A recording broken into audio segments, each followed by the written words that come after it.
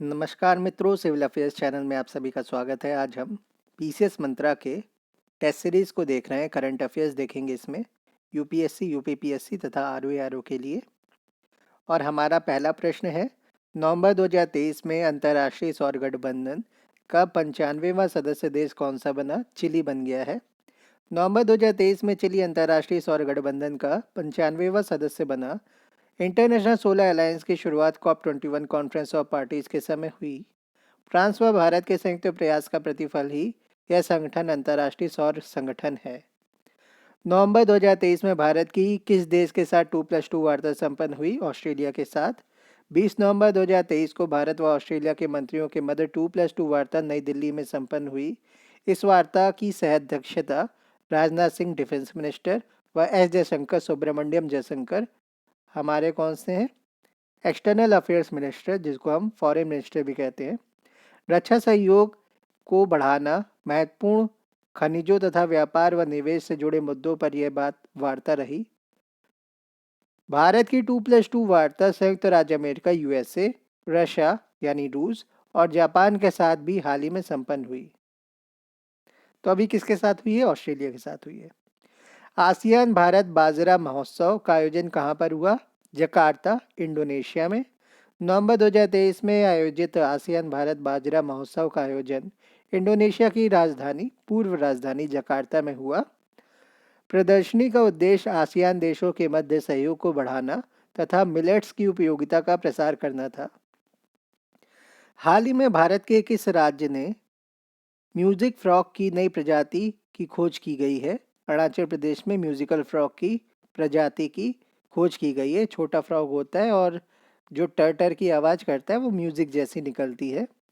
अरुणाचल प्रदेश में musical frog एक नई प्रजाति की खोज की गई है जिसे निदिराना नोआदिहिंग नाम दिया गया है। मेढक की यह प्रजाति प्रायः अपने अंडे देने के लिए घोंसले का निर्माण करती है। मेढक की यह प्रजाति दलदलों, तालाबों व धान के खेतों यानी चावल के खेतों में पाई जाती है और रहती है। अब इसमें हमें बताना है कौन सुमेलित नहीं है, सही सुमेलित नहीं है, तो इसमें बी गलत है। बेरी नाग चाय दार्जिलिंग की है। तो हम देखते हैं बाकी क्या क्या है। सी बकनॉर्थ लद्दाख है। सी बकथॉर्न ये लद्दाख में है। जीआई टैग मिला है सी बकथॉर्न को। और सिम्पली पाल काई चटनी मयूरभंज उड़ीसा में है। तो ये सिमली पाल के जंगलों में पाई जाती है, सिमली पाल काई चटनी। और बेसिकली ये लाल चींटियों से बनाई जाती है जो पेड़ों पे रहती है। मरचा चावल है पश्चिमी चंपारण बिहार का। तो बेरीनाग चाय छोटे नारंगी पीले रंग की बेटी या जामुन की तरह पैदा किया जाता है। यह चाय अपने स्वाद, सुगंध व रंग के लिए प्रसिद्ध है। इस चाय को Leh berry, wonder plant, Ladakh gold, golden bush, ठंडे रेगिस्तानों की सोने की खान कहा जाता है। बेरीनग चाय पूरी तरीके से ऑक्सीडाइज्ड नहीं होती है, इसमें ऑक्सीडेशन कम्प्लीटली नहीं हो पाता है और ये लद्दाख में पाई जाती है, ना कि दार्जिलिंग, असम या वेस्ट बंगाल में। तो ये लद्दाख की चाय है बेरीनग चाय। बाकी सबको जीआई टैग मिला है। नवंबर 2023 में केंद्रीय मंत्रिमंडल ने 16वें वित्त आयोग के गठन को मंजूरी प्रदान की। इस संबंध में निम्नलिखित कथनों पर विचार कीजिए। यह आयोग 1 अप्रैल 2026 से शुरू होने वाले पंचवर्षीय अवधि के लिए अपनी रिपोर्ट 31 अक्टूबर 2025 तक उपलब्ध कराएगा। 16वें वित्त आयोग का अध्यक्ष अरविंद पनगड़िया जी को बनाया गया है। 16वें वित्त आयोग के सचिव ऋतिक रंजन पांडे जी को नियुक्त किया गया है। तो इसमें से कौन सा गलत है? तो सारे ही सही है, कोई गलत नहीं है। आंसर डी है। उपयुक्त में से सभी कथन सत्य हैं। और नवंबर 2023 में 16वें वित्त आयोग का गठन अनुच्छेद 280(1) के अनुसार किया गया था। तो आर्टिकल 280 क्लॉज 1 के अनुसार ही 16वां वित्त आयोग नवंबर 2023 में गठित किया गया। यह आयोग एक अध्यक्ष व 4 सदस्यों, कुल मिलाकर के 5 सदस्यों के समन्वय से मिलकर बनता है। 15वें वित्त आयोग का गठन 27 नवंबर 2017 को किया गया था। 16वें वित्त आयोग के अध्यक्ष के स्थान पर डॉक्टर अरविंद पनगड़िया को नियुक्त किया गया है। अरविंद पनगड़िया पूर्व में नीति आयोग के उपाध्यक्ष रह चुके हैं और कई संस्थानों के कुलपति भी रह चुके हैं। विश्व का सबसे बड़ा एकल साइट और सौर विद्युत संयंत्र का उद्घाटन किस देश द्वारा किया गया? तो संयुक्त अरब अमीरात, जिसको हम यूएई यूनाइटेड अरब अमीरात कहते हैं, संयुक्त अरब अमीरात यूएई द्वारा संयुक्त राष्ट्र जलवायु परिवर्तन COP28 से पहले विश्व के सबसे बड़े एकल साइड सौर ऊर्जा संयंत्र Al Dhafra solar photovoltaic independent power project की शुरुआत की गई है। तो COP28 से क्या शुरू किया गया है यूएई में? तो जलवायु परिवर्तन के लिए COP28 मनाया गया कहाँ पर? यूएई, संयुक्त अरब अमीरात। तो यहाँ पर पहले विश्व के सबसे बड़े एकल साइड सौर ऊर्जा संयंत्र नाम है Al Dhafra solar photovoltaic independent power project की शुरुआत की गई। हाल हेलीकॉप्टर चर्चित में रहा और इसमें हमें कौन सा कथन गलत है ये बताना है। तो गलत बी है, बाकी सब सही है। तो बी है क्या है? इसका विकास एलएनटी ने किया, ये गलत है। और तुमकुरू कर्नाटक में फैक्ट्री लगाई गई है, वहाँ पर ये हेलीकॉप्टर बनाए जा रहे हैं। हेलीकॉप्टर की सबसे बड़ी फैक्ट्री है। और बाकी जो सही आंसर है देख लेते हैं। पहला, यह भारत का पहला हल्का स्वदेशी बहुउद्देशीय लड़ाकू हेलीकॉप्टर है। इसके इंजन का विकास भारत व फ्रांस द्वारा मिलकर किया गया है। इसका उपयोग खोज एवं बचाव अभियान, शत्रु वायु रक्षा प्रणाली को नष्ट करने के लिए किया जा सकता है। तो प्रचंड लड़ाकू हेलीकॉप्टर का विकास HAL द्वारा किया गया है, हिंदुस्तान एरोनॉटिक्स लिमिटेड द्वारा। यह भारतीय PSU है। यह हेलीकॉप्टर भारतीय सेना के रेगिस्तानी तथा पहाड़ी क्षेत्रों में ज़रूरतों को भी पूरा करेगा।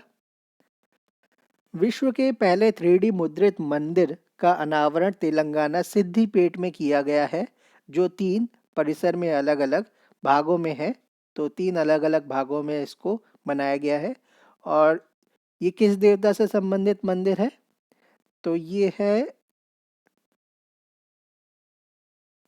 ना तो हनुमान जी हैं, विष्णु जी भी नहीं है, कार्तिकेय भी नहीं है। तो इसमें देख लेते कौन से देवता है। नवंबर 2023 में तेलंगाना के सिद्धिपेट जिले के बुरुगुपल्ली नामक स्थान पर विश्व के पहले 3D मुद्रित मंदिर का अनावरण किया गया है। यह मंदिर 4000 वर्ग फुट में फैला हुआ है। यह 3 भाग में है, जो अलग अलग 3 देवताएं, जिनमें भगवान शिव हैं, भगवान गणेश हैं और माता पार्वती हैं, उनको समर्पित है। तो शिव जी का मंदिर है, जिसमें आपको गणेश जी भी मिलेंगे और माता पार्वती भी मिलेंगी। और मुरुगन या कार्तिकेय नहीं है इसमें।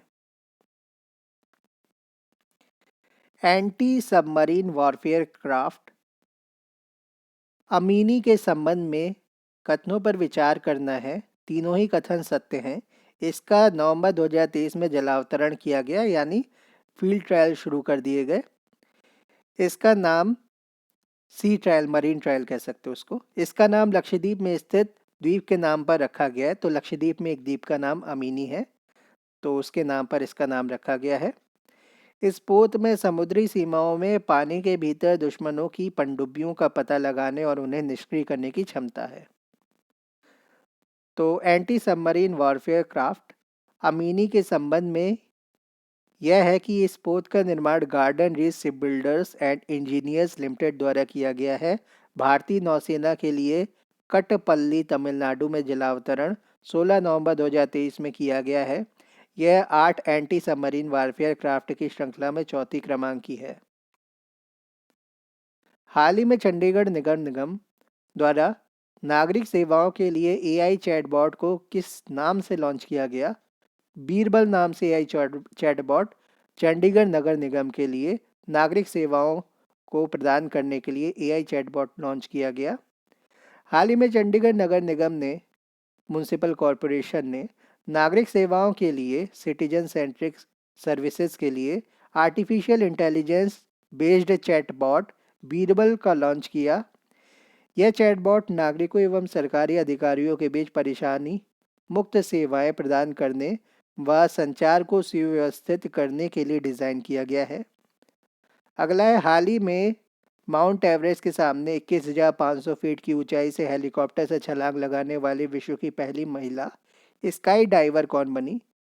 तो शीतल महाजन बनी है, जिन्होंने 21,500 फीट की ऊंचाई से हेलीकॉप्टर से छलांग लगाई है माउंट एवरेस्ट के सामने, विश्व की सबसे ऊंची चोटी के सामने, जिसकी ऊंचाई है 8,850 मीटर लगभग। माउंट एवरेस्ट के सामने 21,500 फीट की ऊंचाई से हेलीकॉप्टर से छलांग लगाने वाली विश्व की पहली महिला स्काई डाइवर शीतल महाजन है। इन्होंने यह अनोखा रिकॉर्ड अपने नाम किया। सुगंति सुंदर राज को हेल्थ केयर संचार में उत्कृष्ट योगदान के लिए PRSI नेशनल अवार्ड से सम्मानित किया गया है। डायना एडुल्जी ICC के हॉल ऑफ फेम में शामिल होने वाली पहली भारतीय महिला क्रिकेटर है। क्या नाम है? डायना एडुल्जी ICC के हॉल ऑफ फेम में शामिल होने वाली पहली भारतीय महिला क्रिकेटर है। अगला है, हाल ही में ICC ने किस देश के क्रिकेट बोर्ड को निलंबित कर दिया है? तो श्रीलंका के क्रिकेट बोर्ड को निलंबित कर दिया है। ICC ने श्रीलंका के क्रिकेट बोर्ड को निलंबित कर दिया है। ICC ने यह निर्णय श्रीलंका सरकार द्वारा क्रिकेट के संचालन में हस्तक्षेप यानी दखल के कारण लिया। इस निलंबन के कारण 2024 में आयोजित होने वाले T20 पुरुष विश्व कप अमेरिका एवं वेस्टइंडीज की मेजबान में शामिल होने पर भी इसमें संकट आ गया है। अगला है बुलवा। क्या है बुलवा? बुलवा बैलिस्टिक मिसाइल है। बुलवा एक बैलिस्टिक मिसाइल है जिसे रूस द्वारा श्वेत सागर व्हाइट सी के पानी के नीचे लॉन्च किया गया है। यह मिसाइल 12 मीटर लंबी है। इसकी रेंज 8,000 किलोमीटर है। इसकी मुख्य विशेषता है यह अपने साथ 6 न्यूक्लियर वेपन्स ले जा सकती है।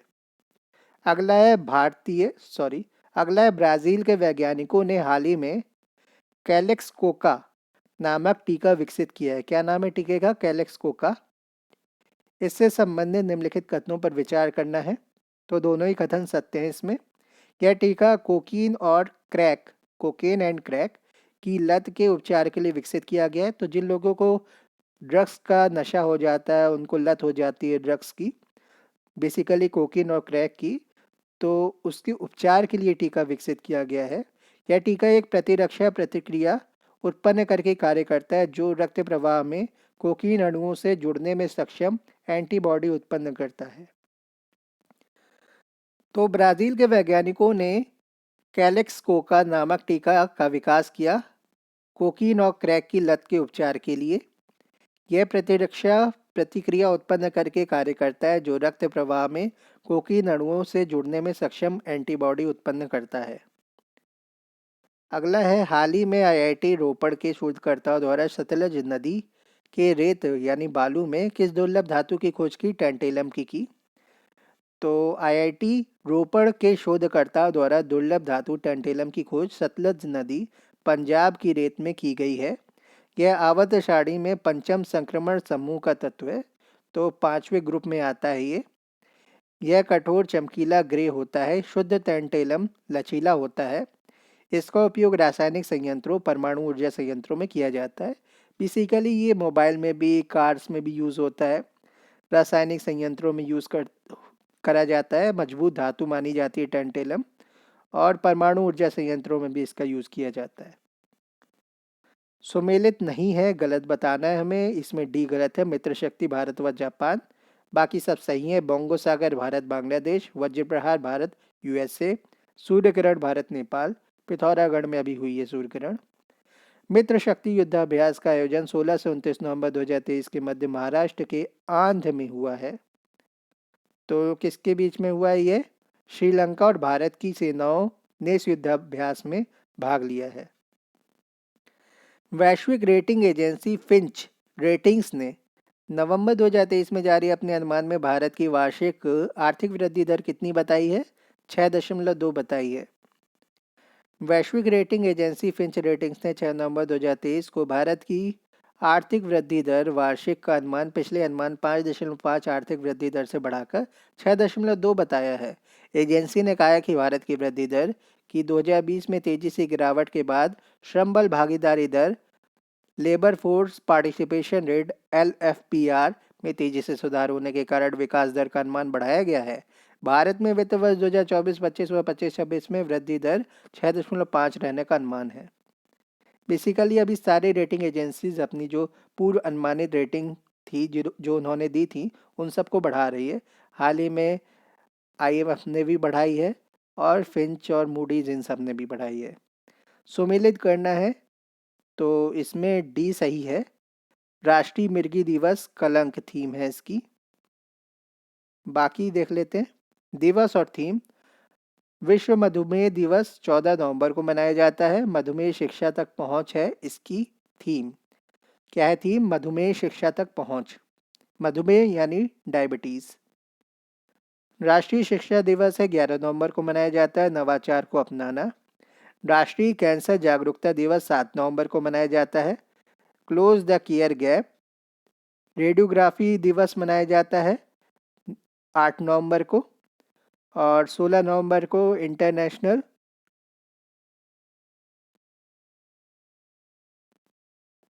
16 नवंबर को मनाया जाता है पत्रकार दिवस। और राष्ट्रीय मिर्गी दिवस 17 नवंबर को मनाया जाता है। इसकी थीम है कलंक। राष्ट्रीय कैंसर जागरूकता दिवस 7 नवंबर को मनाया जाता है। क्लोज द केयर गैप इसकी थीम है। राष्ट्रीय शिक्षा दिवस की थीम है नवाचार को अपनाना। 11 नवंबर को मनाया जाता है।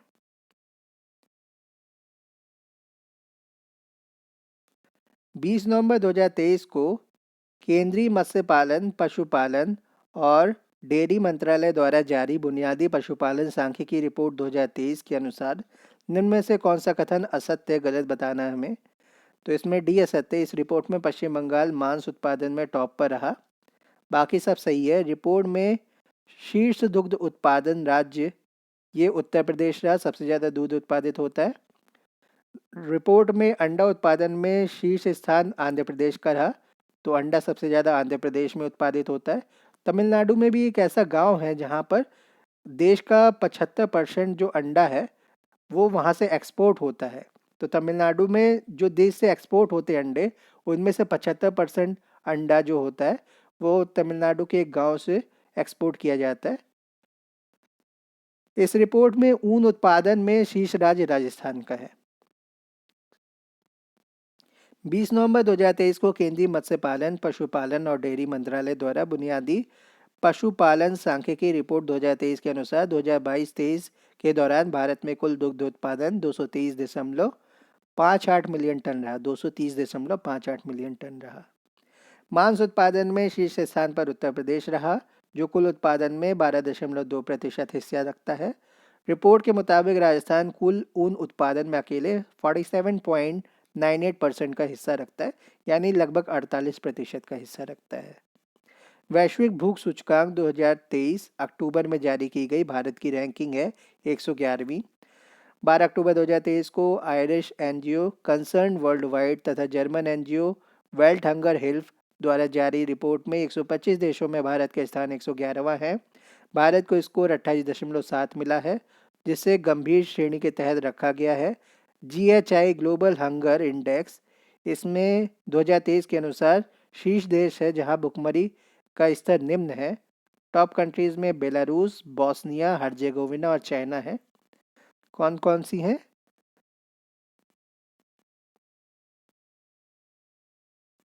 बेलारूस रशिया के बगल में है। बॉस्निया हर्जेगोविना ये साथ में अगल बगल में पड़ती हैं। बाल्टिक कंट्रीज है। बाल्कन कंट्रीज है, बाल्टिक नहीं बाल्कन। और चाइना। सूचकांक में यमन, मेडागास्कर और सेंट्रल अफ्रीकन गणराज्य जो है रीजन CAR, तो मध्य अफ्रीकी गणराज्य सबसे नीचे आते हैं। जीएचआई भूख के दोनों पहलुओं अल्पपोषण और कुपोषण को प्रदर्शित करता है। इसके निम्नलिखित मानक हैं। पहला है अल्पपोषण, दूसरा है बच्चों में बौनापन जिसको कहते हैं स्टंटिंग, तीसरा है चाइल्ड वेस्टिंग जिसमें मोटापन ठिगनापन। बौनापन आ गया आपका स्टंटिंग में। वेस्टिंग में बच्चों का वजन देखा जाता है चाइल्ड वेस्टिंग में। और बाल मृत्यु दर आती है चौथे नंबर पे। हाल ही में उत्तर प्रदेश के किस जिले में देश का पहला क्षेत्रीय रैपिड ट्रांजिट सिस्टम स्थापित किया गया? तो गाजियाबाद में किया गया।